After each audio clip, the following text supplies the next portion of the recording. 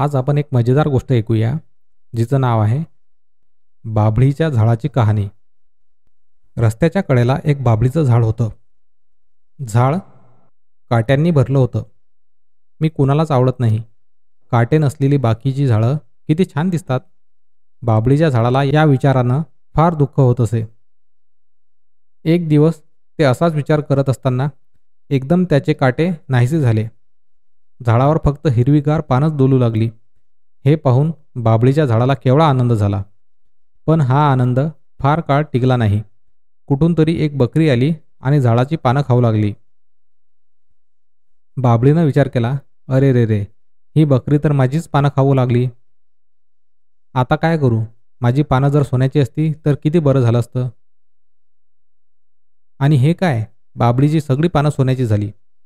तेवढ्यात तिथून एक माणूस चालला होता.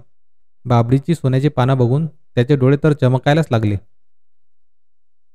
काय चमत्कार आहे पहा, यालाच म्हणतात नशीब, असं म्हणत त्यानं भराभर झाडाची पानं तोडायला सुरुवात केली.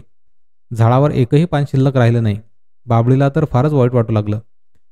हे काय झालं? माणूस तर सोन्याची पानं सोडणारच नाही. त्याऐवजी माझी पानं काचेची असायला हवी होती. तेच बरं झालं असतं. बाभळीने असं म्हणताच तिची सर्व पानं काचेची झाली. बाभळीचं झाड फारच खुश झालं. पण थोड्याच वेळात जोराचा वारा आला आणि काचेची पानं एकमेकावर आपटून त्याचा चकनाचूर झाला. बाभळीचं झाड रडत रडत बळबळायला लागलं. हे काय झालं? मला कधीच आनंदानं जगता नाही येणार का? बकरी खाऊ शकणार नाही, माणूस चोरणार नाही आणि वारा फोडणार नाही, असं मला कधीच होता नाही येणार का? बाभळीनं असा विचार करताच परत एकदा तिच्यावर काटे आले. यानंतर मात्र बाभळीनं कधीही आपल्याला काटे आहेत याचं वाईट वाटून घेतलं नाही. तर मग मित्रांनो, कशी वाटली ही बाभळीची गोष्ट? Moral stories in Marathi for kids पॉडकास्टला फॉलो करून शेअर करायला विसरू नका. धन्यवाद.